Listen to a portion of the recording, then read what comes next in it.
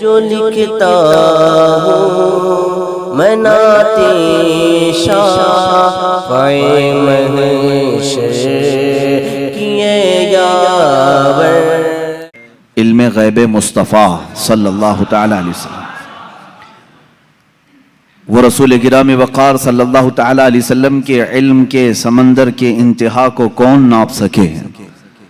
دینے والا خدا ہے، لینے والا رسول ہے۔ اللہ کے بہت سارے رازوں میں سے ایک راز علم غیب مصطفیٰ بھی ہے۔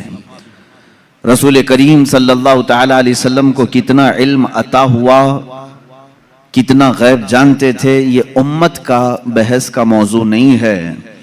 بس ہمیں اتنا ہی یقین رکھ لینا چاہیے جو بریلی کے امام نے ہمیں یوں سکھایا ہے کہ سر عرش پر ہے تیری گزر، دل فرش پر ہے تیری نظر۔ یا رسول اللہ، سر عرش پر ہے تیری گزر، دل فرش پر ہے تیری نظر، ملکوت و ملک میں نہیں کوئی شے وہ جو تجھ پہ عیاں نہیں۔ حضور اکرم صلی اللہ تعالیٰ علیہ وسلم کے دربار میں آپ کی نگاہ اثر میں کون سی ایسی چیز ہے جو مخفی ہے، جو چھپی ہوئی ہے؟ اور کوئی غیب کیا تم سے نہاں ہو بھلا؟ نہاں کہتے ہیں چھپی ہوئی چیز کو، پوشیدہ۔ اور کوئی غیب کیا تم سے نہاں ہو بھلا، جب نہ خدا ہی چھپا تم پہ کروڑوں درود۔ رسول گرامی وقار صلی اللہ تعالیٰ علیہ وسلم کو اللہ تعالیٰ نے جو معجزے عطا کیے، ان معجزات میں سے ایک عظیم معجزہ آپ کا علم غیب بھی ہے۔ مجھے یہاں پر اس موضوع پر گفتگو اس لیے بھی کرنی ہے کہ زمانے کے گزرتے گزرتے کچھ اسلام میں ایسے خیالات بھی پنپنے لگے جنہوں نے حضور پاک صلی اللہ علیہ وسلم کے علم غیب کا سرے سے انکار کر دیا۔ اور بعض جماعتیں تو وہ ہیں جو غیب کو مانتی ہیں لیکن وہ ناپتی ہیں، اتنا تھا اور اتنا نہیں تھا۔ یہ سب بدعات ہیں، یہ سب نئی ایجاد کی ہوئی چیزیں ہیں۔ فرقے میں نئی تعلیمات آئی کہ رسول پاک صلی اللہ تعالیٰ علیہ وسلم کو اتنا غیب تھا، اتنا غیب تھا۔ پہلی بات تو یہ ہے کہ ان کے علم کو جج کون کرے جو ان سے بڑا عالم ہو؟ کیا کوئی امتی اپنے رسول کے علم کو ناپ سکتا ہے؟ اب یہاں سے میں آپ کو قرآنی آیات اور احادیث کی روشنی میں اور اقوال سلف صالحین کی روشنی میں عرض کرنا چاہوں گا، امت کے سابقہ علماء سے لے کر صحابہ تک کا عقیدہ کیا رہا ہے حضور پاک صلی اللہ علیہ وسلم کے علم غیب کو لے کر۔ اور آج اگر یہ ہمارے زمانے میں فتنے کا باعث بن گیا، آپس میں جھگڑے اور نزاع اور جنگ و جدال کا باعث بن گیا، تو یہ سمجھنے کی ضرورت ہے کہ یہ مسئلہ نکلا کہاں سے ہے، جبکہ صحابہ میں اس بات پر کسی کا اختلاف نہیں تھا کہ حضور کو علم غیب تھا کہ نہیں تھا۔ اس پر کوئی ڈسکشن آپ حدیث کی کتابوں میں نہیں دکھا سکتے کہ صحابہ آپس میں جھگڑتے تھے کہ حضور کو اس بات کا غیب تھا کہ نہیں تھا، کبھی نہیں۔ بلکہ صحابہ تو صحابہ ہیں، اس زمانے کے جو مشرکین تھے، جو کافر تھے، ان کا بھی عقیدہ تھا کہ جو نبی ہوتا ہے وہ غیب کی خبریں دیتا ہے، ان کا بھی عقیدہ تھا۔ بات تو یہی ہے، کئی لوگ آ کر کے حضور پاک صلی اللہ تعالیٰ علیہ وسلم سے غیب کی خبریں پوچھتے تھے۔ اگر آپ اللہ کے نبی ہیں تو فلاں چیز بتا دیجئے، اگر آپ اللہ کے نبی ہیں تو فلاں چیز بتا دیجئے۔ تو ان کا حضور کے پاس آ کر کے اس طرح سوال کرنا، یہ اس بات کی دلیل ہے کہ کافروں کا بھی عقیدہ تھا کہ نبی غیب کی خبریں جانتا ہے۔ صحابہ کی تو بات چھوڑیں، صحابہ میں تو کبھی یہ بات ڈسکشن میں آئی نہیں، لیکن 14 صدیوں کے بعد امت اس حال سے گزر رہی ہے کہ ان میں بھی کچھ بنام علماء ایسے لوگ آئے جنہوں نے باضابطہ فرقوں کی بنیاد رکھی اور کتابوں میں لکھ مارا رسول پاک صلی اللہ تعالیٰ علیہ وسلم کو پیٹھ پیچھے کی خبر نہیں تھی، یا دیوار پیچھے کا علم نہیں تھا۔ یہ وہ باتیں ہیں جو 1400 سال کے بعد بعض مولوی کہلانے والے حضرات نے لکھ دیا یا گڑھ لیا اور امت کو اسی بات پر پریشان کر دیا، جماعتیں پیدا ہو گئی۔ لیکن میرے عزیزو، ہم جو آج تک عقیدے پر ہیں، الحمدللہ یہ وہی ہے جو 14 صدیاں پہلے صحابہ کا عقیدہ تھا۔ وہ اپنے نبی کونین صلی اللہ تعالیٰ علیہ وسلم کے متعلق کیا عقیدہ رکھتے تھے؟ قرآنی آیات بھی اس بات کی شاہد ہیں. چند ان کے جو اعتراضات ہیں، میں آج پوری علمی گفتگو آپ سے کروں گا، تھوڑا ذہن کو تیار رکھیں، دلائل کو بھی سمجھیں، اس لیے کہ صرف سنی سنائی بات پر یقین کر لینا یہ سنی کی عادت نہیں ہونی چاہیے. دلائل کی روشنی میں بات کریں. قرآن پاک کی جتنی آیات ہیں میں ان کے اوپر آتا ہوں، ابھی آتا ہوں، لیکن صحابہ کا پہلے عقیدہ کیا ہے یہ تو میں بتا دوں. حضور پاک صلی اللہ تعالی علیہ وسلم کے پاس ایک صحابی حاضر ہوتے ہیں، اور وہ غریب صحابی تھے. وہ گھر سے یہ سوچ کر کے نکلتے ہیں ان کی والدین کا انتقال ہو چکا تھا، اور غربت بہت زیادہ تھی، تنگ دستی تھی. وہ صحابی کہتے ہیں میں گھر سے یہ نکلا کہ آج حضور پاک صلی اللہ علیہ وسلم سے یہ دونوں چیزوں کی دعا کرا لوں. میرے ماں باپ کی مغفرت کی دعا ہو جائے، میرے مال میں برکت کی دعا ہو جائے. وہ آئے مسجد نبوی شریف میں، لیکن معاملہ ایسا تھا کہ عصر کے بعد بڑے بڑے صحابہ حضور پاک صلی اللہ علیہ وسلم کو گھیر کر بیٹھے ہوئے تھے. ان کو جانے کا موقع ہی نہیں ملا، اور یہ کہتے ہیں میری ہمت نہیں ہو سکی سب سے آگے بڑھ کر کے میں اپنا مدہ رکھوں. مغرب کی اذان ہو گئی، مغرب پڑھائی رسول کریم صلی اللہ علیہ وسلم نے، پھر جلسہ ہوا، لیکن پھر صحابہ گھیر لیے. یہ کہتے ہیں مجھے بات کرنے کا موقع ہی نہیں ملا، دور کھڑا رہا. عشاء ہو گئی. اللہ کے حبیب صلی اللہ تعالی علیہ وسلم عشاء کے بعد اپنے حجرے کی طرف روانہ ہو گئے، اپنے گھر کی طرف روانہ ہو گئے. صحابی کہتے ہیں آخر تک مجھے بولنے کا موقع نہیں ملا. سوچا کہ دروازہ کھلنے سے پہلے ایک بار موقع مل جائے میں بات کر لوں.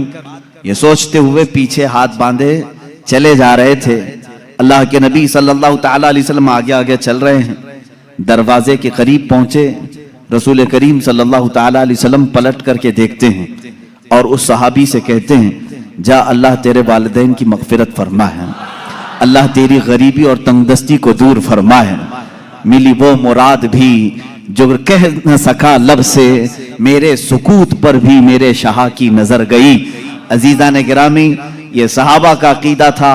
وہ کہتے ہیں کہ مجھے بولنے کی ابھی نوبت بھی نہ آئی، اللہ کے حبیب صلی اللہ تعالی علیہ وسلم نے اسی بات کی دعا میرے لیے فرمائی جس بات کا میں گھر سے سوچ کر کے نکلا تھا. تو یہ صحابہ کا ایمان بھی تھا، یقین تھا کہ اللہ کے نبی صلی اللہ تعالی علیہ وسلم غیب کی خبریں جانتے ہیں. اب اور دوسرے صحابہ کی بات میں بتاؤں. جنگ تبوک کے موقع پر، جنگ تبوک بڑی سخت جنگ ہوئی ہے، اور مدینے سے تقریباً 800-900 کلومیٹر دور کا فاصلہ ہے تبوک. اللہ کے حبیب صلی اللہ تعالی علیہ وسلم نے مدینے کے سارے جتنے بھی جوان تھے سب سے کہا تھا کہ اس جنگ میں شریک ہو جائیں. سب نکلے، 3 صحابہ پیچھے رہ گئے. اس میں حضرت کعب بن مالک رضی اللہ تعالیٰ عنہ جو حدیث کے راوی ہیں فرماتے ہیں مجھے کچھ ہوا تو نہیں تھا، ابھی جاؤں گا تبھی جاؤں گا، جیسے لوگ جماعت میں شریک ہونے کے لیے کاہلی کر جاتے ہیں آج کے زمانے. میں صحابہ کو تمثیل یا تشبیہ نہیں دے رہا، لیکن وہ صحابی کہتے ہیں میرے ساتھ ایسا معاملہ ہوا کہ کوئی عذر نہیں تھا، لیکن میں سوچا کہ ابھی صبح جا کر کے جماعت میں مل جاؤں گا. صبح ہوئی، صحابہ کی صفیں لگی، نکلنے کا وقت آ گیا. انہوں نے یہ سوچا تھوڑا گھر میں آرام کر لیتا ہوں، دوپہر تک مدینے کے باہر ہی رہیں گے، جلدی سے جا کر کے مل لوں گا. وہ جماعت مدینے سے باہر بھی چلی گئی. سوچتے سوچتے شام ہو گئی اور یہ نہیں گئے. اس طرح 3 صحابہ مدینے میں رہ گئے.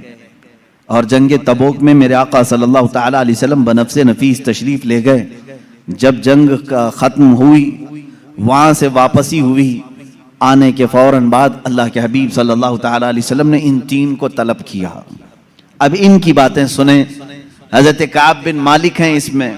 یہ کہتے ہیں اللہ کے رسول صلی اللہ تعالی علیہ وسلم نے ہمیں بلوایا، اور حضور کی عادت کریمہ تھی سب سے پہلے پوچھتے تھے کوئی عذر تھا تمہارے پاس، نہ آنے کی کوئی وجہ تھی.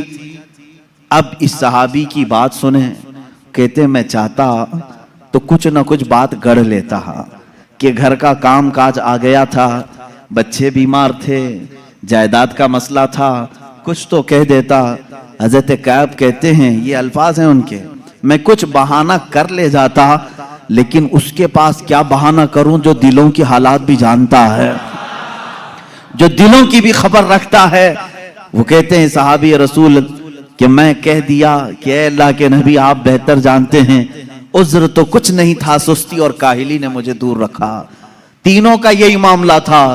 بہرحال یہ معاملہ الگ ہے, کسی دوسرے وقت عرض کروں, یہ لمبی حدیث ہے. حضور پاک صلی اللہ تعالیٰ علیہ وسلم نے ان تینوں صحابہ کا بائیکاٹ کیا 40 دن تک. پھر قرآن کی آیت نازل ہوئی, ان کی توبہ قبول ہوئی, پھر ان کو معاف کیا گیا.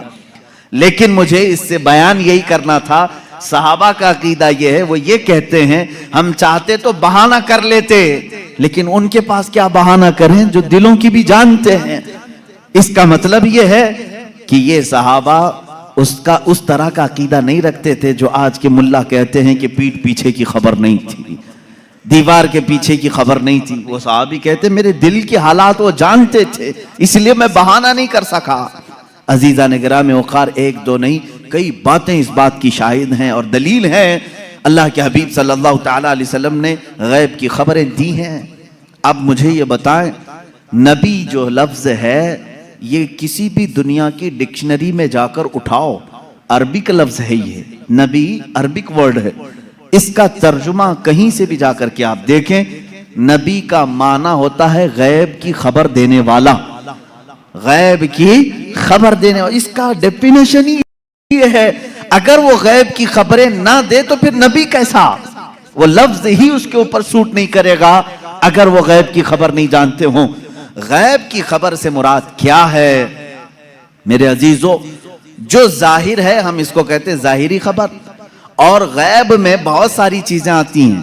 زمینوں کا علم, آسمانوں کا علم, تمہارے نسب کا علم, تمہارے دلوں کے اندر چھپے ہوئے رازوں کا علم, تمہارے گھروں میں موجود خبروں کا علم, بہت ساری چیزیں آتی ہیں, یہ سب غیب میں آتی ہیں. اب حضرت عیسیٰ علیہ السلام کے متعلق قرآن کہہ رہا ہے وَأُبْرِئُ الْأَكْمَحَ وَالْأَبْرَصَ وَأُحْيِي الْمَوْتَى بِإِذْنِ اللَّهِ وَأُنَبِّئُكُم بِمَا تَأْكُلُونَ وَمَا تَدَّخِرُونَ فِي بُيُوتِكُمْ.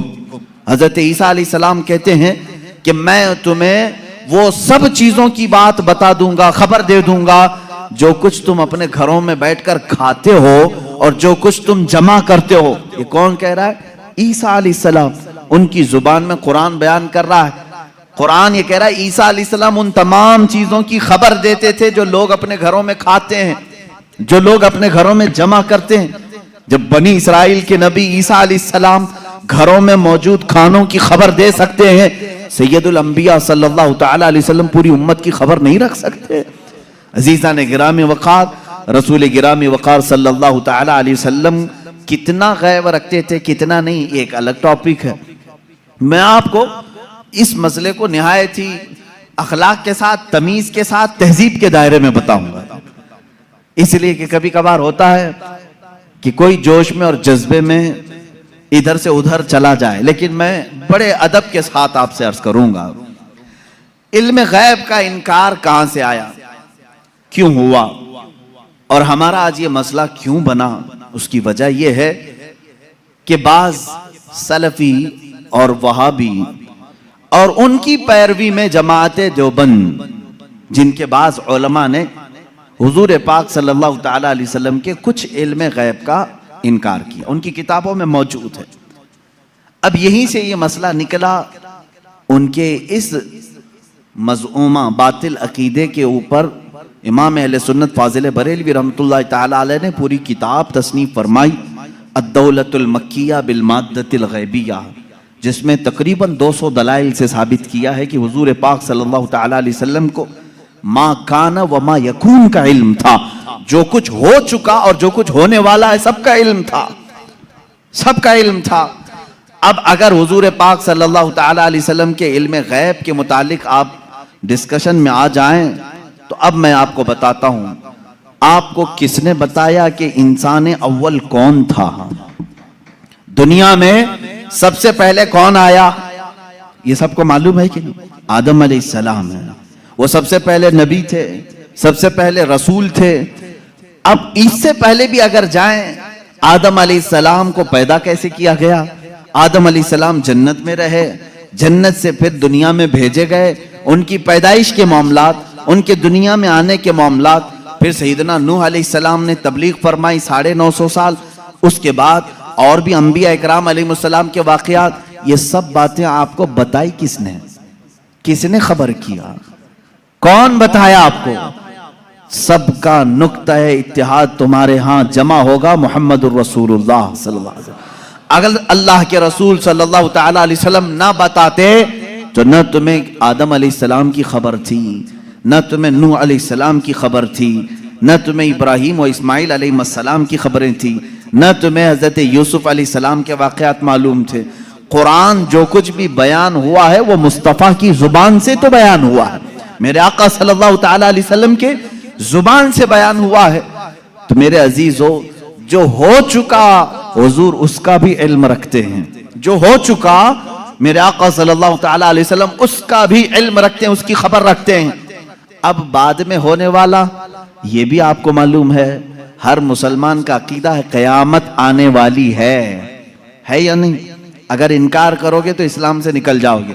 قیامت کیسے آئے گی اس کا پورا نقشہ بھی معلوم ہے، کیسے آئے گی آپ نے علماء سے سنا ہوگا، کتابوں میں پڑھا ہوگا، قیامت کے قریب کیا کیا حالات ہوں گے، نشانیاں کیا کیا ہیں، یہ سب چیزیں بتائی گئی۔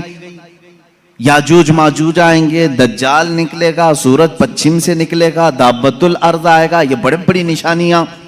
عیسیٰ علیہ السلام نازل ہوں گے، امام مہدی کا ظہور ہوگا، یہ بڑی بڑی نشانیاں۔ اور اس کے بعد ایک دن ایسا آئے گا کہ سور پھونکا جائے گا۔ یہ اسرافیل علیہ السلام کے ہاتھ میں ابھی سور ہے، فرشتے ہیں، اور وہ باجے کی شکل کی ایک چیز ہے، اس سے آواز دھیرے دھیرے نکلے گی اور اس کے بعد پھیلتی جائے گی، نہایت تیز ہو جائے گی۔ اسی آواز کے دھماکے سے پوری دنیا کا اختتام ہوگا۔ پھر سورج چاند ٹکرا دیے جائیں گے، تارے پھٹ جائیں گے، زمین اڑا دی جائے گی، پہاڑ روئی کے گالے کی طرح اڑ رہے ہوں گے، پھر میدان قیامت قائم کیا جائے گا۔ قیامت آئے گی، اتنا سارا ڈیٹیل یہ کس نے بتایا آپ کو؟ یہ کون بتایا ہے؟ اگر رسول پاک آنے والی خبروں کو نہیں جانتے تھے تو پھر قیامت کی خبر کبھی نہیں دیتے۔ اس کا مطلب ہے اللہ کے نبی صلی اللہ تعالی علیہ وسلم آدم علیہ السلام کی پیدائش سے لے کر روز قیامت تک جو سور پھونکا جائے گا، کائنات کی ہر چیز سے واقف تھے، ہر چیز سے باخبر تھے۔ حضور اکرم صلی اللہ تعالی علیہ وسلم کا علم غیب کتنا تھا کتنا نہیں تھا، اب اس پر آتے ہیں ہم۔ اس لیے کہ بعض علماء، ان سے ہمارا بھی ڈسکس ہوا، انہوں نے کہا کہ آپ خواہ وہابی اور دیوبندی جماعت سے اختلاف رکھتے ہیں، ہم کبھی انکار نہیں کرتے حضور صلی اللہ تعالی علیہ وسلم کے علم غیب کا، لیکن ہم یہ کہتے ہیں کہ پورا علم غیب ان کے پاس نہیں تھا۔ انہوں نے باضابطہ ہمارے ساتھ یہ ڈسکس کیا، پورا علم غیب نہیں تھا۔ ہم حضور کے تھوڑے سے علم غیب کا انکار نہیں کرتے، ہاں تھا رسول کو، لیکن پورا نہیں تھا ہر چیز کا۔ میں نے کہا اس پر کیا دلیل ہے آپ کے پاس؟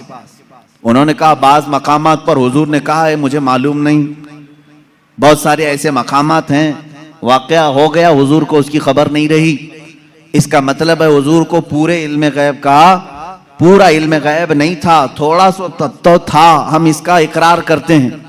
میرے عزیزو، جواب صرف اتنا ہی ہے کہ چلو میاں، ہم اور آپ بیٹھتے ہیں، ہم یہ لکھتے ہیں کہ حضور کا کیا کیا علم غیب تھا، اور آپ یہ لکھو کہ حضور کو کس کس چیز کا نہیں تھا۔ مبارک ہو تمہیں، تم حضور کے علم غیب کی نفی پر لکھتے جاؤ اور ہم حضور کے علم غیب کے اس بات پر لکھتے جائیں گے کہ اللہ کے نبی صلی اللہ تعالی علیہ وسلم کو کن کن چیزوں کی خبر تھی اور تم کن کن چیزوں کی نہیں تھی، اس پہ لکھو، اور اس کے بعد ماتم کرو اپنی زندگی پر کہ اللہ نے تمہیں کس طرح کی یہ ڈیوٹی لگائی کہ نبی کونین کا نقص نکالنے پر پوری زندگی لگا دی۔ حضور پاک کے صلی اللہ تعالی علیہ وسلم کے مرتبے کو کم کرنے کے لیے تمہیں ڈیوٹی لگ گئی، تم اس چیز پر تیار ہو گئے۔ عزیزان گرامی وقار، پہلے یہ تو مجھے بتائیں کہ کون ہے جو یہ انصاف کرے گا اتنا تھا اتنا نہیں تھا؟ کتنا تھا؟ کیا تم نبی کے زمانے میں ہو؟ حضور پاک صلی اللہ تعالی علیہ وسلم سے تم نے کچھ پوچھا ہے اس بارے میں؟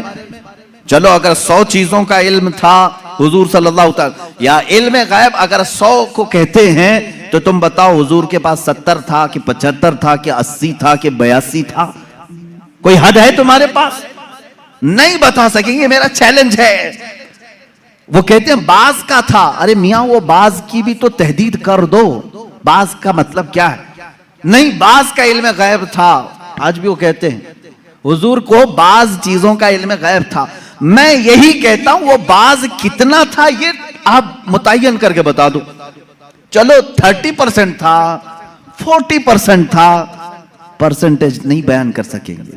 جہاں انہوں نے انگلی رکھ دی کہ اتنا تھا تو پھر وہ اسلام میں زیادتی کرنے والے بن جائیں گے اور خارج اسلام ہو جائیں گے. حضور کے علم کو انہوں نے اگر گھیر دیا اتنا تھا. اب ہم سے وہ پوچھتے ہیں چلو ٹھیک ہے ہم نہیں بتاتے کتنا پرسنٹ تھا, آپ ہی بتاؤ کتنا تھا.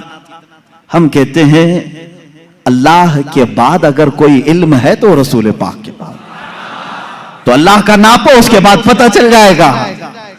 اللہ رب العزت کا جو علم ہے اس کے بعد اللہ نے اگر کسی کو علم عطا کیا ہے تو اپنے رسول کو عطا کیا. یہ ہمارا عقیدہ ہے.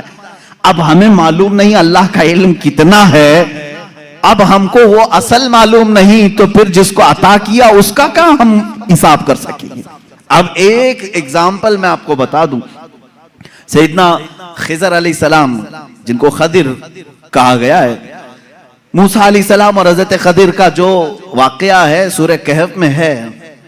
انہوں نے خود کہا ہے کہ مجھے بعض چیزوں کی حکمت دی گئی. حضرت موسیٰ علیہ السلام حضرت خضر سے ملنے کے لیے گئے تھے, معلوم ہوگا آپ کو واقعہ. موسیٰ علیہ السلام اپنے زمانے کے جلیل القدر پیغمبر ہیں. آپ نے اللہ کی بارگاہ میں دعا کی کہ اے اللہ جو علم و حکمت سے بھرا ہوا تیرا بندہ ہے مجھے اس سے ملاقات کرا. اللہ نے فرمایا ایک مچھلی بھون کر کے لے چلو, سمندر کے کنارے کنارے چلتے رہو, جہاں یہ مچھلی زندہ ہو کر سمندر میں چلی جائے وہاں میرے اس بندے سے تیری ملاقات ہوگی. قرآن پاک میں یہ موجود ہے سورہ کہف میں. موسیٰ علیہ السلام اپنے غلام کے ساتھ لے کر چلتے رہے ایک جگہ آرام کرنے کے لیے. آپ رکے, سو گئے, مچھلی وہیں زندہ ہوئی, بھنی ہوئی مچھلی, تلی ہوئی مچھلی زندہ ہوئی اور سمندر میں کود گئی. غلام نے خبر نہیں کیا, اٹھایا نہیں. موسیٰ علیہ السلام آرام فرما رہے تھے, پھر جب بیدار ہوئے تو غلام بھول گئے, آگے چل پڑے. موسیٰ علیہ السلام کو بھوک کی شدت ہوئی تو آپ نے کہا لاؤ وہ مچھلی کھا لیتے ہیں, اب لمبا سفر نہیں ہوگا. تب غلام نے کہا وہ مچھلی وہیں اچھل کر چلی گئی تھی جہاں آپ آرام کر رہے تھے. واقعہ طویل ہے. واپس موسیٰ علیہ السلام وہاں آئے تو دیکھا ایک سفید پوش بزرگ تھے. انہوں نے آپ کا نام لے کر کے آپ کو سلام کی, ملاقات ہوئی. حضرت موسیٰ علیہ السلام نے ان سے کہا کہ میں آپ کے ساتھ کچھ دن رہنا چاہتا ہوں. انہوں نے کہا تم میرے ساتھ نہیں صبر کر سکو گے. موسیٰ علیہ السلام نے کہا رہوں گا. انہوں نے ایک شرط رکھی, میں جو بھی کام کروں اس پر پوچھنا مت کہ ایسا کیوں کیا. موسیٰ علیہ السلام اس پر پابندی کے ساتھ چلتے رہے. 3 واقعات قرآن میں بیان کیے گئے. کشتی پر بیٹھے اور وہ کشتی والا فری میں بٹھایا دونوں کو, موسیٰ علیہ السلام اور حضرت خضر کو. آپ حضرت خضر اس کی کشتی کو پھاڑنے لگے. موسیٰ علیہ السلام نے کہا کہ یہ فری میں بٹھایا ہے, اس کی کشتی کو آپ پھاڑ رہے ہیں. انہوں نے جلال کا اظہار کیا, کہا میں نے کہا تھا آپ میرے کسی کام پر نہ سوال کریں. آپ نے کہا آئندہ نہیں کیا جائے گا. کشتی سے اترے, ایک مقام پر گئے, ایک گاؤں میں کچھ بچے کھیل رہے تھے, اس میں خوبصورت بچہ تھا, اس کو پکڑ کر کے انہوں نے مار دیا حضرت خضر نے. موسیٰ علیہ السلام نے پھر پوچھا کہ آپ کو یہی بچہ ملا تھا, اس کو آپ نے مار دیا. انہوں نے پھر کہا, آپ نے پھر پوچھا. انہوں نے کہا موسیٰ علیہ السلام نے آخری ایک موقع اور, ایک گاؤں پہنچے, گاؤں والوں سے کہا ہم کو مہمان بنا لو. گاؤں والوں نے انکار کر دیا, ہم دونوں کو مہمان نہیں رکھیں گے اور نہ کھانا کھلائیں گے. وہ وہاں سے نکلے, اس گاؤں کی ایک دیوار گر رہی تھی. موسیٰ علیہ السلام سے حضرت خضر نے کہا چلو دونوں مل کر کے دیوار کو سیدھی کرتے ہیں.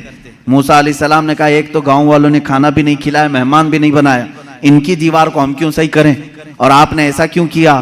حضرت خضر نے کہا اب یہاں سے تمہارا اور ہمارے جدائی کا راستہ, ھذا فراق بینی و بینک سأنبئک بتأویل ما لم تستطع علیہ صبرا. قرآن کہتا ہے اب خضر علیہ السلام نے کہا جس پر آپ کو صبر نہیں ہوا اس میں سے ہر ایک کی میں حکمت بتاتا ہوں. اس کے پیچھے چھپا ہوا غیب کا علم کیا تھا, یہ کون کہہ رہا ہے؟ سیدنا خضر علیہ السلام. اس کے پیچھے چھپے ہوئے راز کیا تھے؟ وہ کشتی جس میں ہم بیٹھے تھے میں نے اس لیے پھاڑا کہ کنارے ایک بادشاہ ظالم جو اچھی کشتیوں کو دیکھ کر کے غصب کر لیتا تھا، لوٹ لیتا تھا، میں نے اس پر احسان کر کے تھوڑا سا عیب لگا دیا تاکہ اس مزدور کی کشتی کو بادشاہ ہڑپ نہ لے، غصب نہ کر لے۔ یہ اس کے اندر چھپا ہوا غیب تھا، غیب کا علم تھا۔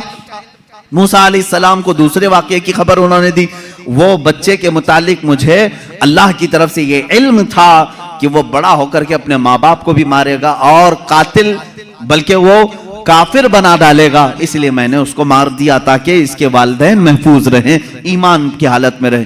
تیسرے، اس دیوار کو ہم نے جو صحیح کیا وہ در حقیقت 2 یتیموں کی تھی، ان کے باپ نے اس دیوار کے پیچھے خزانہ دفن کیا ہے، اگر یہ گر جاتی تو گاؤں والے ہڑپ لے جاتے، میں نے ان یتیموں کی حفاظت کے لیے دیوار کو صحیح کیا۔ یہ 3 غیب کی خبریں بتاتے ہیں حضرت خضر۔ اس کے بعد جو بات ہے خضر، سیدنا خضر، ان کے متعلق خود اختلاف ہے کہ یہ نبی تھے کہ ولی تھے، نبی تھے کہ ولی تھے۔ بعض علماء نے کہا بنی اسرائیل کے نبی تھے، بعض علماء نے کہا نہیں وہ اپنے وقت کے ولی تھے۔ بہرحال اللہ نے ان کو علم و حکمت عطا کیا تھا۔ اب آؤ میں آپ کو بتاتا ہوں کتنا دیا تھا۔ اب یہی بات چل رہی نا، کتنا دیا تھا، اتنا کی اتنا۔ حضرت موسیٰ علیہ السلام نے حضرت خضر سے پوچھا کہ آپ کو کتنا علم غیب ملا؟ وہ سمندر کے سفر پر تھے، سمندر کو تو جانتے ہیں آپ، اس کا کنارہ کون دیکھا ہے؟ ادھر شروع ہوا کہ ادھر ختم ہوا، معلوم ہی نہیں پڑتا۔ سمندر تو وہاں تک دکھتا ہے جہاں تک آسمان لگا ہوا دکھتا ہے۔ سمندروں کو آپ نے دیکھا ہوگا تو معلوم ہے، ہم نے سفر بھی کیا ہے، کوئی کنارہ سمندر کا دکھتا نہیں جلدی۔ حضرت خضر اس وقت کشتی میں بیٹھے ہوئے ہیں موسیٰ علیہ السلام کے ساتھ، ایک چڑیا اڑتی ہوئی آئی، بیٹھی، اس نے چونچ مارا اور سمندر سے قطرہ پانی پی اور اڑ کر چلی گئی۔ حضرت خضر کہتے ہیں علم الہی کی مثال سمندر کی طرح ہے، اور چڑیا نے جتنا قطرہ پانی اس میں سے پیا اتنا بھی مجھے نہیں ملا ہے۔ یہ کون کہہ رہا ہے؟ سیدنا خضر، بنی اسرائیل کے نبی، جن کے غیب کی خبریں موسیٰ علیہ السلام کو بتائی گئی، اتنا علم تھا ان کے پاس جو چڑیا سمندر کے قطرے میں، سمندر میں سے جتنا پی لے۔ میرے عزیزو، اب یہاں سے کتنا اور اتنا کا اندازہ وہی کر سکے گا جو علم الہی کو ناپا ہوگا۔ اللہ کا علم کتنا ہے۔ اب یہاں رسول کریم صلی اللہ تعالیٰ علیہ وسلم کے دربار میں آتے ہیں، اگر آپ سوال کرتے ہیں کتنا تھا کتنا نہیں تھا تو یہ مسئلہ ہم ڈائریکٹ اللہ سے کیوں نہ پوچھ لیں؟ اے مولا، عطا کرنے والا تو ہے، لینے والا تیرا رسول ہے، تو ہی بتا دے کتنا علم تھا۔ قرآن کے پاک کی آیت آپ 4 پارے میں پڑھیں، 5ویں پارے میں پڑھیں، اللہ رب العزت فرماتا ہے وَعَلَّمَكَ مَا لَمْ تَكُنْ تَعْلَمْ وَكَانَ فَضْلُ اللَّهِ عَلَيْكَ عَظِيمًا۔ اے رسول، ہم نے آپ کو علم غیب کتنا دیا؟ کتنا دیا؟ فرماتا ہے میرا مولا، اے رسول، ہر اس چیز کا علم دیا جو آپ پہلے نہیں جانتے تھے۔ اب کیا کیا نہیں جانتے تھے تم طے کرو، پھر میں بتاتا ہوں۔ ہر اس چیز کا علم اللہ نے انہیں دیا ہے۔ تم اگر کہتے ہو رسول یہ نہیں جانتے تھے تو مولا تو کہہ رہا ہے جو رسول نہیں جانتے تھے میں نے دے دیا ہے۔ تم اگر کہو گے حضور بچپن کی خبریں نہیں جانتے تھے، میں کہوں گا اللہ وہ بھی دیا ہے۔ تم اگر کہتے ہو پہلے کی خبر نہیں جانتے تھے، میں کہوں گا اللہ کہہ رہا ہے وہ نہیں جانتے تھے وہ بھی دیا ہے۔ تم کہتے ہو قیامت کے بارے میں رسول نہیں جانتے تھے، اچھا ہے تم جتنے نہیں جانتے تھے والے ورڈز لاؤ گے، قرآن کی آیت کے نیچے اللہ نے وہی فرمایا وَعَلَّمَكَ مَا لَمْ تَكُنْ تَعْلَمْ۔ اے رسول جو جو نہیں جانتے تھے سب میں نے دے دیا ہے، جو جو نہیں جانتے تھے۔ تم جو بھی کہو گے یہ نہیں جانتے تھے، صاف کہو ہاں ٹھیک ہے نہیں جانتے تھے، لیکن اللہ کہہ رہا ہے رسول جو نہیں جانتے تھے وہ دے دیا ہے۔ اب تیرا لفڑا کس بات پر ہے؟ تیرا جھگڑا کس بات پر ہے؟ اللہ خود کہہ رہا ہے جو نہیں جانتے تھے وہ میں نے دے دیا۔ اب اس آیت نے پورا فیصلہ کر دیا ہے۔ اب یہاں پر آئیں، ڈسکس ہوتا ہے تو بعض لوگ یہ کہتے ہیں قرآن کی آیت ہے، قرآن کہہ رہا ہے وَعِنْدَهُ مَفَاتِحُ الْغَيْبِ لَا يَعْلَمُهَا إِلَّا هُوَ۔ اللہ کے پاس غیب کے خزانوں کی چابیاں ہیں، کوئی دوسرا نہیں جانتا۔ ایک آیت ہے۔ دوسری آیت جو یہ پڑھ کر کے ہمیں سناتے بھی ہیں سلفی اور کہتے ہیں تم رسول کو علم غیب کہتے ہو، قرآن کہہ رہا ہے قُلْ لَا أَقُولُ لَكُمْ عِنْدِي خَزَائِنُ اللَّهِ وَلَا أَعْلَمُ الْغَيْبِ۔ اے رسول آپ فرما دے میرے پاس اللہ کے خزانے نہیں اور میں غیب نہیں جانتا۔ یہ آیت میں صاف ہے اور میں چرا کر کے نہیں جاؤں گا، صاف پڑھ کر کے جاتا ہوں۔ جو ان کے اعتراضات ہیں کہتے ہیں کہ رسول کو اللہ نے خود کہہ دیا اے رسول آپ کہہ دے میں غیب نہیں جانتا۔ رسول نے کہا امت سے دو چیزیں یہ بتاتے ہیں، عندہ مفاتح الغیب لا یعلمها الا هو، اللہ کے پاس ہے غیب کے خزانے کی کنجیاں چابیاں کوئی دوسرا نہیں جانتا۔ دو آیتیں، ایک تیسری آیت اور بھی پڑھتے ہیں اور یہ کہتے ہیں ان اللہ عنده علم الساعة وينزل الغیث ويعلم ما في الارحام وما تدری نفس ماذا تکسب غدا وما تدری نفس بأي ارض تموت، بے شک اللہ کے پاس 5 چیزوں کا علم ہے، اس کو کوئی دوسرا نہیں جانتا۔ قیامت کب آئے گی، بارش کب آئے گی، ماں کے پیٹ میں کیا ہے، یعلم ما فی الارحام وما تدری، اور کوئی آدمی یہ نہیں جانتا کہ کل کیا ہوگا۔ 5ویں چیز ہے کوئی یہ نہیں جانتا کہ کس زمین میں مرے گا۔ 21ویں پارے کی آیت ہے، اللہ فرما رہے 5 چیزوں کا علم اللہ ہی کے پاس ہے۔ میرے عزیزو یہ سوالات کے بوچھار ہیں جو ایک سیدھے سادے بھولے بھالے سنی مسلمان کے سر پر لاد دیے جاتے ہیں اور اسے بوجھل کر کے کہا جاتا ہے۔ قرآن جب یہ کہہ رہا ہے رسول کو کہ آپ کہہ دیں کہ میں غیب نہیں جانتا، اور اللہ کہہ رہا ہے کہ غیب کے خزانے کی چابیاں اسی کے پاس ہے کسی کے پاس نہیں، تو جواب دینا مشکل ہوتا ہے۔ بعض بندوں کو کہتے ہاں صحیح بات ہے، ہمارے مولوی حضرات نے کچھ اور بتایا تھا، یہاں باتیں میں آج آپ کو کھل کر کے ان تمام چیزوں کی وضاحت کروں گا۔ ایک بات میں تقریباً یہاں پر 100 کتابوں سے ثابت کر سکتا ہوں، مصنفین، شارحین حدیث، سیرت نگار، محدثین، مفسرین قرآن، ان کی پوری جماعتوں کے تقریباً 100 ائمہ کرام کی کتابوں سے ہم ثابت کر سکتے ہیں۔ ان ساری آیتوں میں اللہ نے جو فرمایا ہے کہ کسی کے پاس نہیں، اس کا مطلب کیا ہے؟ غیب کے خزانوں کی چابیاں کسی کے پاس نہیں۔ میرے عزیز اس سے کہو ہم بھی یہی مانتے، اللہ کے سوا کسی کے پاس نہیں۔ پہلی آیت پر میں بات کر رہا ہوں، ہمارا بھی عقیدہ یہ ہے غیب کے خزانوں کی چابیاں صرف اللہ کے پاس، لیکن اسی آیت میں یہ کہیں دکھا دو کہ اس خدا نے یہ بھی کہا ہو کہ میں کسی کو دیتا بھی نہیں۔ اس آیت میں مجھے یہ دکھا دو۔ یہ تو میں بھی مانتا ہوں کہ اللہ نے فرمایا غیب کے خزانوں کی چابیاں صرف اسی کے پاس ہیں، مالک وہی ہے، لیکن کیا اس نے اس آیت میں یہ بھی کہا کہ میں یہ کسی کو دیتا ہی نہیں؟ یہ مجھے بتا دو۔ کہیں کہا اللہ نے میں کسی کو دیتا ہی نہیں؟ لیکن میں تمہیں بتاتا ہوں اللہ دوسری جگہ فرما رہا ہے وَمَا كَانَ اللَّهُ لِيُطْلِعَكُمْ عَلَى الْغَيْبِ وَلَكِنَّ اللَّهَ يَجْتَبِي مِن رُّسُلِهِ مَن يَشَاءُ، اللہ رب العزت کے پاس علم غیب کے خزانے ہیں، کوئی دوسرا اس کا مالک نہیں۔ ہاں اللہ فرماتا ہے وَلَكِنَّ اللَّهَ، لیکن اللہ اپنے بندوں میں سے جسے چاہتا ہے غیب کے خزانے دیتا ہے۔ ایک طرف تو رب تعالیٰ فرما رہے ہیں، اب سمجھ میں آئی بات؟ دوسری آیت یہ نہیں پڑھتے، یہ چرا کے جاتے ہیں۔ میں نے یہ جو اعتراض کرتے ہیں وہ بھی آیت پڑھی، اور جواب میں جو آیت پڑھنی چاہیے تھی وہ بھی میں نے پڑھی۔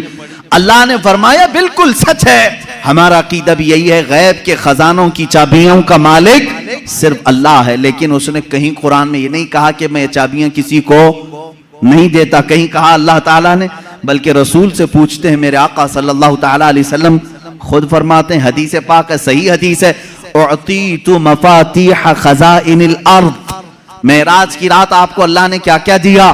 حضور فرماتے ہیں مجھے زمین کے سارے خزانوں کی چابیاں اللہ نے دی۔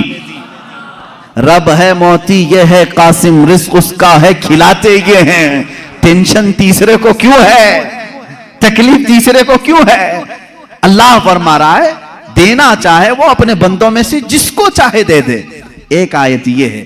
اب دوسری بات، آپ اے رسول فرما دیں کہ میں غیب نہیں جانتا، ایک آیت یہ بھی پڑھ کر کے بتا دیکھو 7ویں پارے میں ہے، اللہ نے فرمایا اے رسول آپ کہہ دیں میں غیب نہیں جانتا۔ اس کا مطلب کیا ہے؟ جب رسول خود فرما رہے ہیں میں غیب نہیں جانتا، عزیزان گرامی وقار ہر آیت کا پس منظر دیکھنا ہوگا کہ آیت کیوں نازل ہوئی، کس مقام پر نازل ہوئی۔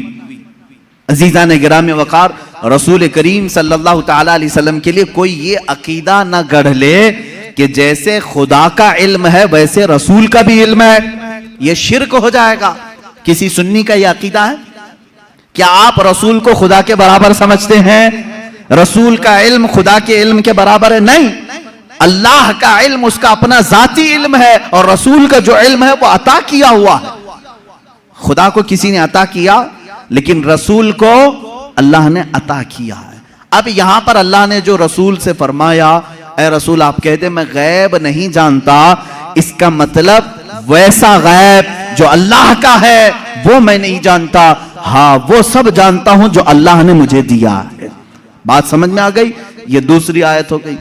تیسری آیت جو 5 چیزوں کا علم اللہ کے پاس ہے، وہ کون کون سی 5 چیزیں میں نے بتا دیا۔ قیامت کب آئے گی، ماں کے پیٹ میں کیا ہے، بارش کب آئے گی، کون کہاں مرے گا اور کل کیا ہونے والا ہے، یہ 5 چیزیں ہیں۔ 21ویں پارے میں اللہ نے فرمایا۔ یہ بہت سارے لوگ اعتراض کے طور پر اسی آیت کو پیش کرتے ہیں، کہتے ہیں دیکھو رسول کو اللہ نے ان چیزوں سے بھی دور رکھا تھا، یہ 5 چیزوں کی خبریں نہیں، جبکہ آپ حدیثیں پڑھیں تو یہ 5 چیزوں کی خبریں حضور نے دی ہیں۔ قرآن کہہ رہا ہے اس کا علم کسی کے پاس نہیں، اور رسول یہاں خبریں دے رہے ہیں۔ ایک ٹکڑا اس میں سے میں بتا دوں، ایک ٹکڑا اللہ کے نبی صلی اللہ تعالی علیہ وسلم کی حدیث کی طرف میں لے جاؤں گا۔ قرآن کی آیت کا ایک ٹکڑا، کون کہاں مرے گا یہ نہیں جانتا کوئی، وما تدری نفس بأی ارض تموت، لیکن جنگ بدر کا موقع ہے، دوسرے دن جنگ ہونے والی ہے۔ رات کے وقت میرے آقا صلی اللہ علیہ وسلم اپنے ہاتھ میں چھڑی لے کر کے چل رہے ہیں، مسلم شریف کی حدیث ہے، صحیح مسلم شریف کی حدیث۔ حضور صلی اللہ تعالی علیہ وسلم اپنے ہاتھ میں لکڑی لے کر میدان میں آئے، اپنے صحابہ کو حوصلہ دلانا تھا کہ تم گھبراؤ مت، کل کیا ہونے والا ہے میں بتاتا ہوں۔ قرآن کہہ رہا ہے کل کیا ہونے والا ہے وہ کسی کو نہیں معلوم، اور رسول کہہ رہا ہے کیا ٹکراؤ ہے کیا رسول میں اور قرآن میں؟ میں اس کو بتاؤں گا میرے عزیزو جواب کے ذریعے سے، کوئی ٹکراؤ نہیں، ٹکراؤ تو ان کے پیٹ میں۔ یہاں حضور پاک صلی اللہ تعالی علیہ وسلم نے اپنی لکڑی اٹھائی اور صحابہ سے کہا ادھر ہٹو، ایک گول لکیر کھینچی اور فرمایا دیکھنا کل جنگ ختم ہونے کے بعد ابو جہل یہاں مرے گا، ابو جہل گر کر کے یہی مرا ہوگا۔ دوسرا دائرہ کھینچا اور ایک کافر کا نام لیا، کہا یہاں عتبہ مرے گا، یہاں شیبہ مرے گا۔ قرآن کہہ رہا ہے کون کہاں مرے گا یہ کسی کو نہیں معلوم، اور رسول لکیر کھینچ کر کے بتا رہے ہیں ابو جہل یہاں مرے گا۔ اب جس صحابی نے یہ حدیث روایت کی ہے، آپ حدیث کے آگے کے الفاظ پڑھیں، انکار کی گنجائش ان کے پاس بھی نہیں، اس لیے کہ مسلم شریف کی حدیث ہے، مسلم شریف کی حدیث ہے جو بخاری کا درجہ بھی رکھتی ہے بعض مقامات پر۔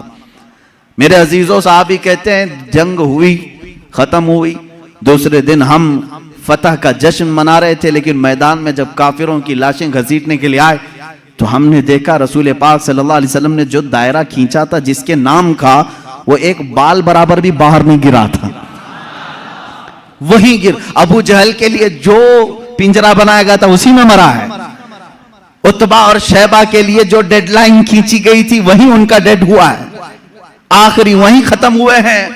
میرے عزیزو قرآن کہہ رہا ہے کل کیا ہونے والا ہے یہ کسی کو نہیں معلوم، رسول نے ایک دن پہلے جنگ کل کیسے ہونے والی وہ بتا دیا۔ دوسری چیز قرآن کہہ رہا ہے کون کہاں مرے گا یہ نہیں معلوم، رسول تو زمین کھینچ کر کے بتا رہے ہیں۔ 2 چیزیں تو یہاں ہو گئی، ماں کے پیٹ میں کیا ہے یہ بھی کوئی نہیں جانتا، تم رسول کی بات آتے ہو تو یہاں کہتے ہو دیکھو رسول قرآن کہہ رہا ہے ماں کے پیٹ میں کیا ہے وہ نہیں جانتا۔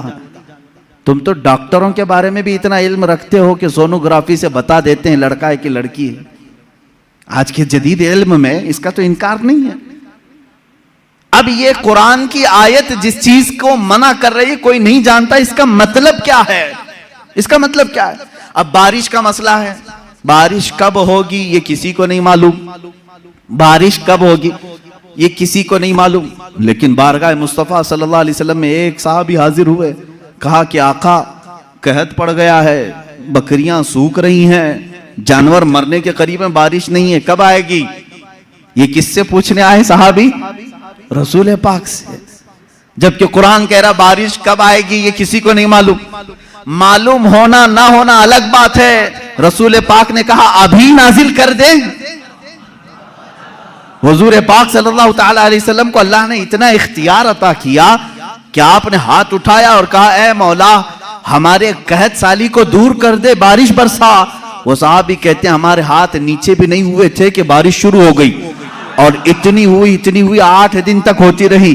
دوبارہ وہ آئے وہی صحابی، انہوں نے کہا آقا اب پانی بھر گیا ہے اور گھروں میں آ رہا ہے، آپ اتنا کہہ دیں کہ اب بارش مدینے میں نہیں دور برسے. حضور نے پھر ہاتھ اٹھایا اور کہا اللہم حوالینا لا علینا، اے اللہ ہمارے ارد گرد برسا، اب ہمارے لیے کافی ہے. وہ صحابی کہتے ہیں مدینے کے اوپر سے بادل چھٹ گیا، یہاں سکھا رہا، آس پاس بارش برستی رہی. تم تو انکار کر رہے ہو کہ رسول کو کب بارش آئے گی یہ نہیں معلوم. حدیث تو بتا رہی ہے رسول جب چاہیں آ جائے، جب چاہیں آ جائے. اب آیت کا کیا مطلب ہے؟ آیت میں جو انکار ہے اور حدیث میں بھی ہے، حضور نے فرمایا 5 چیزوں کا علم کسی کو نہیں.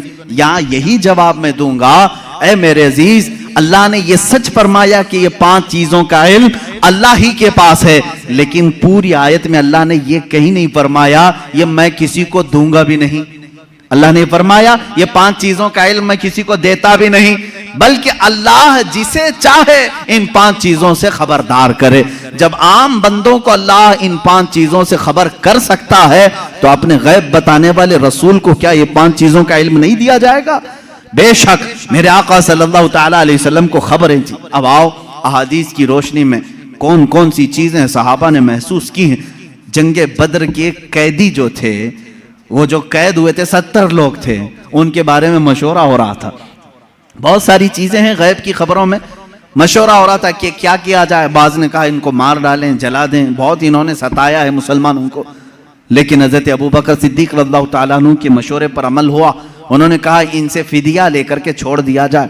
حضور پاک صلی اللہ تعالیٰ علیہ وسلم ہر ایک قیدی کو باری باری بلا رہے تھے کہ تمہارے پاس جو ہے وہ لے آؤ، مال دو اور آزاد ہو جاؤ. کیونکہ انہوں نے تلوار اٹھائی تھی، تلوار اٹھانے کا یہ جرم ہے. اب آزاد ہو. دوسری قومیں تو چھوڑتی نہیں، تلوار اٹھانے والے کو مار دیا جاتا ہے یا جیل میں ڈالا جاتا ہے. یہ میرے آقا کا رحم تھا کہ فدیہ دے کر کے انہیں چھوڑا جا رہا تھا، اس لیے کہ یہ بعد میں پھر دائرہ اسلام میں آئیں گے. چھوڑا جا رہا تھا. انہی قیدیوں میں حضور کے چچا عباس بھی تھے. وہ ایمان لائے ہوئے نہیں تھے، کافروں کی طرف سے لڑنے کے لیے آئے تھے. عباس وہ بھی قیدیوں میں تھے، چچا ہیں. حضور صلی اللہ تعالیٰ علیہ وسلم کے پاس پہنچے، کہا اے چچا آپ تو ان کے دشمنوں کے ساتھ آئے تھے، فدیہ دو اور آزاد ہو جاؤ. کہا میرے پاس کچھ بھی نہیں ہے، میرے پاس کچھ بھی نہیں ہے، مال کچھ بھی نہیں ہے.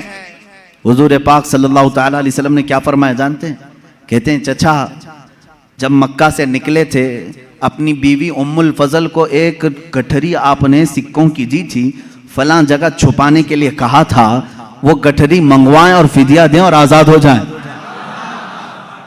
اللہ اکبر. حضرت عباس کہتے ہیں یہ راز تھا میرا اور میری بیوی کا.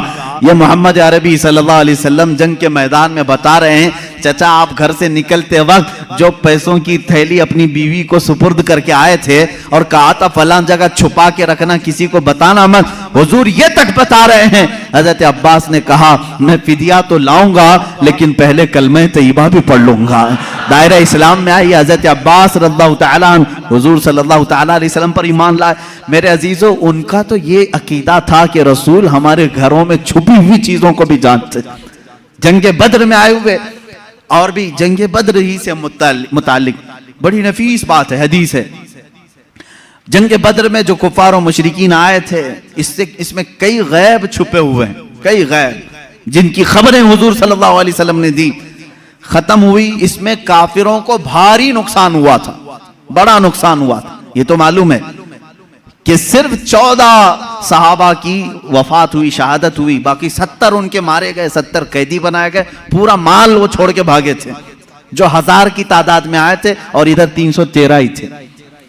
اس کے بعد وہ اسی غم میں پیچ و خم کھا رہے تھے، گلتاں پیچاں تھے. مکہ کے لوگ یعنی حسد میں جل رہے تھے. ان میں سے ایک شخص تھا صفوان، اس کے باپ کو قتل کر دیا گیا تھا میدان بدر میں. امیہ باپ مار دیا گیا. جب لوگ جا کر کے واقعات سنا رہے تھے، وہ بہت مالدار آدمی تھا صفوان، بہت غم میں آ گیا کہ میرے باپ اتنے بڑے آدمی سردار قریش کو محمد کے ساتھیوں نے قتل کر دیا. غم و غصے میں غیظ میں وہ جل رہا تھا. اسی کی کیٹیگری کا ایک اور شخص عمیر بن وہب. عمیر بن وہب ان کا بیٹا قیدی بن کر کے حضور کے پاس گرفتار ہو چکا تھا. ایک کا بیٹا قیدی بنا ہے، ایک کا باپ مارا گیا ہے. دونوں سیم کیٹیگری کے ہو گئے، دوستی جلدی ہوتی ہے۔ ایسے دونوں کا جب میٹر سیم ہو تو دل کی باتیں شیئر ہوتی رہتی ہیں۔ عمیر بن وہب صفوان بن امیہ کے پاس آئے، حتیم کعبہ کے اندر، خانہ کعبہ کے حتیم کے اندر بیٹھے۔ عمیر بن وہب نے کہا میرے پاس تو کچھ ہے نہیں، مال و دولت، لوگوں کے قرضے بڑے ہوئے ہیں اور ہر کوئی قرضہ مانگنے آتا ہے، ایسے میں میرے بیٹے کو محمد نے قید کر لیا ہے، کیا کہوں؟ صفوان نے دیکھا سیم میٹر میرا بھی ہے، مجھے بھی بدلہ لینا ہے، اس کا بھی ہے، ایک کام کرتے ہیں۔ اس نے آفر دیا، کہا اے عمیر تیرے سارے قرضے چکا دوں گا، پلس انعام دوں گا اور میری طرف سے تلوار دوں گا، بس تو محمد کا قتل کر کے آ، صلی اللہ تعالی علیہ وسلم۔ دونوں خفیہ میٹنگ کرتے ہیں خانہ کعبہ کی حتیم میں بیٹھ کر، اور اس کے بعد صفوان نے اپنی تلوار کو زہر میں بجھا کر، آگ میں تپا کر کے، کہ کسی کو تھوڑا زخم بھی دے دیا جائے تو وہ مر جائے، اتنی زہریلی تلوار عمیر بن وہب کے ہاتھ میں تھی۔ عمیر بن وہب کو شیطان قریش کہتے تھے کہ سب کو بھڑکانے والا، جنگ بدر میں لانے والا۔ عمیر بن وہب یہ زہریلی تلوار لے کر مدینے آئے۔ مدینے جس وقت یہ پہنچا، یہاں حالات کیسے تھے؟ مسجد نبوی کے اندر وہ قیدی بندھے ہوئے تھے، حضور پاک صلی اللہ تعالی علیہ وسلم اندر ہیں، حضرت عمر فاروق رضی اللہ تعالیٰ عنہ چند صحابہ کے ساتھ پہرا دے رہے تھے، اور حضرت عمر جہاں کھڑے ہوں کس کی مجال ہے کہ اندر جائے۔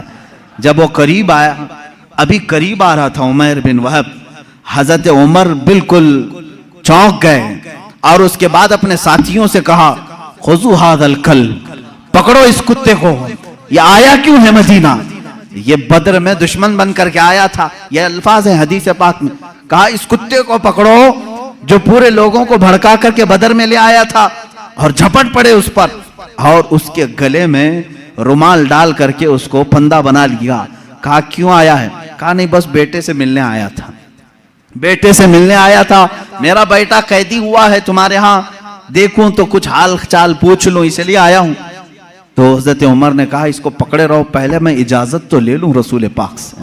اندر گئے، کہا یا رسول اللہ صلی اللہ تعالی علیہ وسلم، عمیر بن وہب آیا ہے، قریش کا وہ بھڑکانے والا آدمی جو جنگ بدر میں سارے لوگوں کو اکسا رہا تھا، اور مجھے لگتا ہے اس کی نیت صحیح نہیں ہے۔ کون کہہ رہا ہے؟ عمر ابن خطاب رضی اللہ تعالیٰ عنہ۔ حضور کے جو محب تھے وہ بھی لوگوں کی نظریں دیکھ کر پہچانتے تھے، کہتے ہیں مجھے اس کی نیت صحیح نہیں لگ رہی ہے۔ حضور پاک صلی اللہ علیہ وسلم نے فرمایا اس کو اندر تو لے آؤ، میں بھی پوچھوں کہ کس لیے آیا ہے۔ حضرت عمر اسی طرح پھندا ڈال کر کے اندر لے آئے۔ رسول کریم صلی اللہ تعالی علیہ وسلم نے بات کرنا چاہی، اس کے حلق میں اٹک رہا تھا۔ حضرت عمر سے کہا چھوڑ دو اس کو، بات کرنے دو۔ تلوار بھی ہے عمیر بن وہب کے پاس، زہریلی تلوار جو لٹکی ہوئی ہے۔ رسول کریم صلی اللہ تعالی علیہ وسلم کے اوپر کبھی کسی کا رعب طاری نہیں ہوا، کبھی حضور پاک کے جسم اقدس پر کسی کا رعب طاری نہیں ہوا۔ نہایت ہی سنجیدگی کے ساتھ اللہ کے نبی صلی اللہ تعالی علیہ وسلم نے پوچھا اے عمیر کیوں آنا ہوا مدینے؟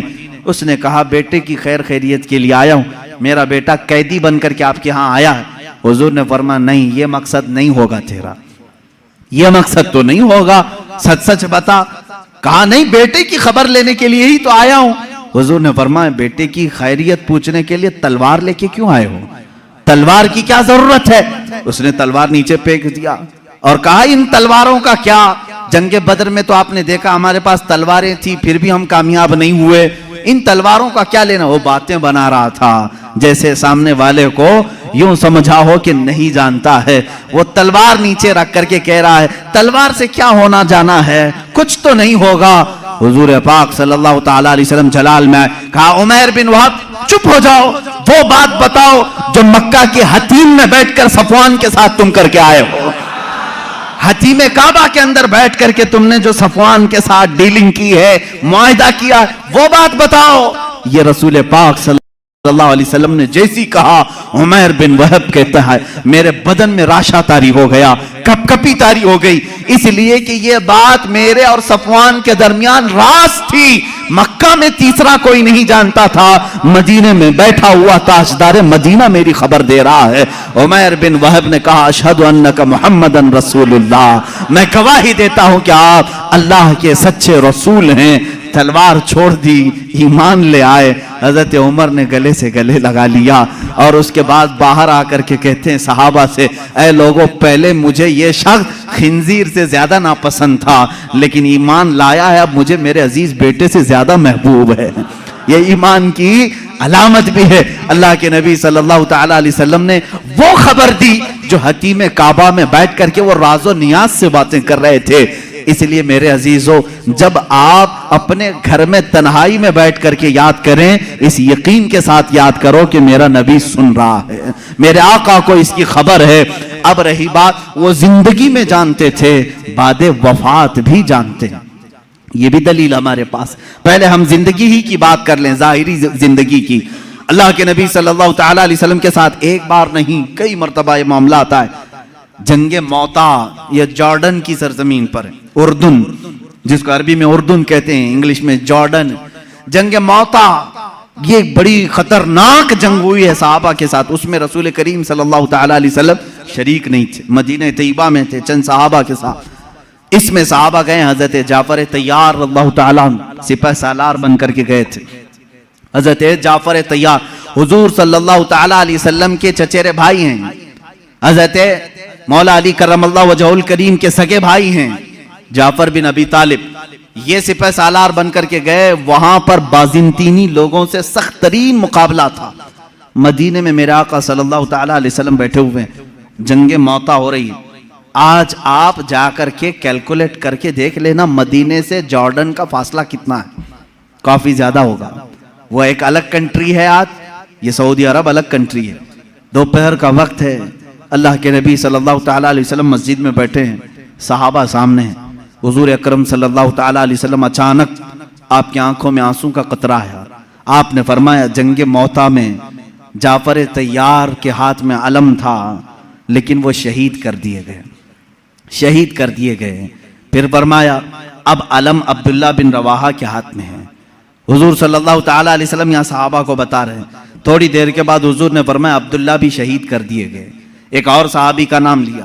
پھر اس کے بعد حضور صلی اللہ تعالیٰ علیہ وسلم نے فرمایا، اے میرے صحابہ، اب علم اس کے ہاتھ میں ہے جس کو سیف اللہ کہا جاتا ہے، یعنی اللہ کی تلوار کے ہاتھ میں اب جھنڈا آیا ہے۔ کون ہے؟ خالد بن ولید کے ہاتھ میں ہے۔ اللہ رب العزت خالد بن ولید کے ہاتھ میں فتح رکھا ہے۔ اس کے بعد شام ہوئی، صحابہ اکرام کو حضور نے بشارت دے دی، خوشی مناؤ کہ جنگ موتا میں اسلام کو فتح نصیب ہوئی، مسلمان غالب آئے۔ یہ جنگ ختم ہونے کے تقریباً 1 مہینے کے بعد صحابہ واپس آئے، اور جب جنگ کی فتح کی خبر مدینے میں پھیلتی تھی تو لوگ خوشیوں سے استقبال کے لیے باہر جاتے تھے، لیکن یہاں مدینے میں پہلے سے خوشیاں ہو چکی تھیں۔ 1 مہینے کے بعد وہ صحابہ آئے اور وہ آ کر کے حالات بیان کرنا چاہ رہے تھے۔ صحابہ نے کہا رکو رکو، ہم خود بتاتے ہیں جنگ موتا میں کیا کیا ہو رہا تھا۔ وہ کہتے ہیں کیا پہلے جھنڈا جعفر ابی طالب کے پاس نہیں تھا؟ کہا ہاں تھا۔ وہ شہید ہو گئے، ان کے بعد عبداللہ کے پاس تھا؟ کہا ہاں تھا۔ کہا ان کے بعد زید بن حارثہ کے پاس تھا؟ کہا ہاں ان کے پاس تھا۔ پھر جھنڈا خالد بن ولید کے ہاتھ میں آیا اور فتح ہو گئی۔ وہ صحابہ کہتے ہیں ہم لڑنے کے لیے گئے تھے، تم مدینے میں بیٹھے تھے، خبریں تم دے رہے ہو۔ ان صحابہ نے کہا ہاں بات ہمارے علم غیب کی نہیں، رسول اللہ کے علم غیب کی ہے۔ جس وقت تم جنگ کے میدان میں تھے، اللہ کے نبی پورے موتا جنگ کا نقشہ ہمیں مدینے میں بتا رہے تھے۔ عزیزان گرامی وقار، اسی کو امام اہل سنت فاضل بریلوی نے فرمایا ہے، سر عرش پر ہے تیری گزر، دل فرش پر ہے تیری نظر، ملکوت و ملک میں نہیں کوئی شے، وہ جو تجھ پہ عیاں نہیں۔ یا رسول اللہ، اور کوئی غیب کیا تم سے نہا ہو بھلا، جب نہ خدا ہی چھپا تم پہ کروڑوں درود۔ عزیزان گرامی وقار، بے شمار واقعات میں صحابہ کہتے ہیں ہمیں معلوم تھا، اللہ کے نبی صلی اللہ تعالیٰ علیہ وسلم کو اس کی خبر تھی۔ اب اپنے بعد ہونے والے حالات کو جو حضور نے بیان کیے وہ خود ایک الگ ٹاپک ہے، قیامت کی نشانیاں۔ رسول کریم صلی اللہ تعالیٰ علیہ وسلم نے کیا کیا نہیں بیان کیا۔ ایک صحابی حضرت حذیفہ بن یمان رضی اللہ تعالیٰ عنہ، یہ ایک ایسے صحابی ہیں، یہ ان کی خصوصیت یہ تھی حضرت عمر فاروق ان کو دیکھتے رہتے تھے۔ کیوں جانتے ہیں؟ یہ راز حضور صلی اللہ تعالیٰ علیہ وسلم کے کچھ رازوں سے یہ واقف تھے۔ حضرت حذیفہ، حضرت عمر جو ہے جب بھی کسی کا جنازہ ہوتا تو سب سے پہلے صفوں میں حضرت حذیفہ کو دیکھتے تھے. اگر حضرت حذیفہ نماز میں ہیں تو حضرت عمر نماز پڑھتے تھے. اگر حضرت حذیفہ نہیں ہوتے تو حضرت عمر بھی نماز نہیں پڑھتے. کیوں؟ کیا بات ہے؟ کیا چیز ایسی تھی؟ آپ سے پوچھا گیا امیر المومنین کیا بات ہے؟ کیوں آپ حذیفہ کو تلاش کرتے ہیں اور جب حذیفہ جماعت میں ہو تو آپ نماز پڑھتے ہیں جنازے کی، وہ نہ ہو تو نماز جنازہ نہیں پڑھتے؟ بات یہ ہے میرے عزیزو، حضرت حذیفہ کہتے ہیں رسول کریم صلی اللہ تعالی علیہ وسلم نے ان کو قیامت تک آنے والے منافقین کا نام کے ساتھ بتایا تھا. فلاں بن فلاں منافق ہے، فلاں بن فلاں منافق ہے، فلاں بن فلاں منافق ہے. حضرت حذیفہ کہتے ہیں میں نے سب نام یاد رکھے. حضرت عمر کہتے ہیں یہ راز رسول کے جانکار تھے اور یہ جانتے تھے کہ کون مرا ہے، مومن مرا ہے کہ منافق مرا ہے. حضرت حذیفہ جس جنازے میں شریک ہوتے حضرت عمر کہتے ہیں مومن کا جنازہ گیا. جہاں نہیں ہوتے وہ خود ہی دور ہٹ جاتے. حضرت حذیفہ نہیں ہے اس کا مطلب ہے دال میں کچھ کالا ضرور ہے. میرے عزیزو، حضور اکرم صلی اللہ تعالی علیہ وسلم نے انہیں نام کے ساتھ بتایا تھا. کیا یہ غیب کی خبر نہیں ہے؟ یہ غیب کی خبر نہیں ہے کس کے دل میں کیا چھپا ہے؟ ایمان اور نفاق تو یہ دل کی کیفیت کا نام ہے. حضور اکرم صلی اللہ تعالی علیہ وسلم نماز کی حالت میں ہوں اور صحابہ اکرام پیچھے نماز پڑھ رہے ہوں تب بھی حضور فرماتے ہیں تمہارے رکوع اور سجدے بھی مجھ سے چھپے ہوئے نہیں. تم اپنے دلوں میں جو سوچتے ہو وہ بھی خبر اللہ تعالیٰ مجھ پر منکشف فرماتا ہے. اب حضرت حذیفہ رضی اللہ تعالیٰ عنہ فرماتے ہیں، وہی حدیث سن لیں. حضور اکرم صلی اللہ تعالیٰ علیہ وسلم ایک دن اپنے حجرے سے باہر آئے، ممبر پر کھڑے ہو گئے، فجر کی نماز پڑھا کر ممبر پر کھڑے ہو گئے، خطبہ دیتے رہے. حضرت حذیفہ کہتے ہیں ظہر کی اذان ہو گئی. ظہر تک ظہر کی نماز پڑھائی. حضور پاک صلی اللہ علیہ وسلم پھر ممبر پر چڑھے، خطبہ دیتے رہے. عصر ہو گئی. عصر کے بعد پھر خطبہ دیا، مغرب ہو گئی. مغرب کے بعد پھر خطبہ دیا، عشاء ہو گئی. اتنا لمبا خطبہ پوری زندگی پاک میں کبھی نہیں تھا.